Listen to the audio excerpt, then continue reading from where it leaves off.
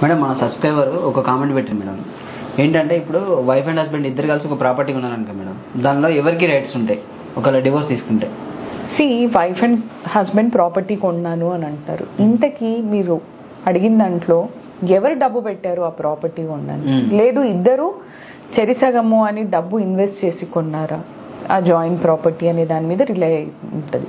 అయితే usually wife and husband అనే కాదు, if at all it comes out of any relation, ఎవరు ఎంత పెడితే అంత ప్రాపర్టీ షేర్ వాళ్ళకి అన్నట్టు మనము if at all we have the evidence, bank transactions ఉన్నట్టయితే మనం ప్రూవ్ చేసుకుంటే డెఫినెట్గా వాళ్ళదే అవుతుంది property. Let us say husband wife ₹1 కూడా ఇన్వెస్ట్ చేయకుండా కానీ తనని జాయింట్ ప్రాపర్టీలో తన పేరు మీద ఒక ఇల్లు పెట్టేట్టు అనుకుందాం. తర్వాత డివోర్స్ ప్రొసీడింగ్స్ అప్పుడు ఈవిడ నా మ్యాట్రిమోనియల్ హౌస్ నాకు కావాలి అని ఇంది అనుకుందాం. ఓకే, బట్ అదే కాకుండా అలిమనీ కూడా అడుగుతుంది అనుకుందాం.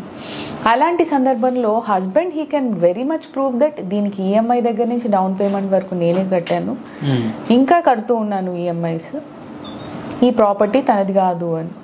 చాలా మంది ఏమనుకుంటారు అని అంటే విడాకులకి వెళ్ళే సందర్భంలో నా ప్రాపర్టీస్ అన్ని వైఫ్కి ఇచ్చేయాలేమో అని అనుకుంటూ ఉంటారు.